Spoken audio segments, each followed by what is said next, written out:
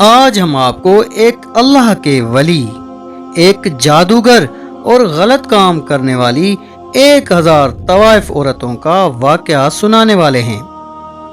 اللہ کے ولی کے سامنے غلط کام کرنے والی 1000 طوائفوں اور جادوگر نے کیا کیا، پھر قرآن کا کیا معجزہ ہوا، آئیے دیکھتے ہیں آج کی اس ویڈیو میں۔ بسم اللہ الرحمن الرحیم۔ ایک اللہ والے اپنے شاگردوں کے ساتھ اونچے پہاڑوں پر رہتے تھے۔ وہ ہمیشہ اللہ پاک کا ذکر کرتے تھے۔ یہ ذکر ان کو طاقت دیتا تھا۔ اللہ والے کسی بری سوچ کے ساتھ کسی کو تباہ کرنے کے لیے کوئی عمل نہیں کرتے، بلکہ وہ اللہ تعالیٰ کی خوشی اور بندوں کی مدد کے لیے کوئی کام کرتے ہیں اور صرف اللہ سے مدد مانگتے ہیں، کسی اور سے مدد نہیں مانگتے۔ وہاں سے کچھ آگے ایک بہت ہی بڑا خوبصورت علاقہ تھا۔ وہ علاقہ طوائفوں کا علاقہ کہلاتا تھا، کیونکہ وہاں پر بہت ساری طوائفیں رہا کرتی تھیں۔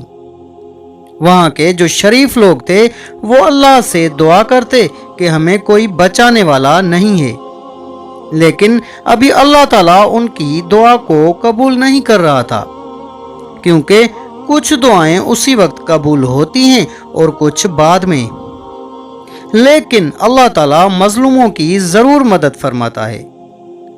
ایک بار ان طوائفوں کی شہرت کو سن کر ایک بہت بڑا جادوگر ان کے پاس چلا آیا، اور جب ان کے حسن کو دیکھا تو وہ پتھر بن گیا۔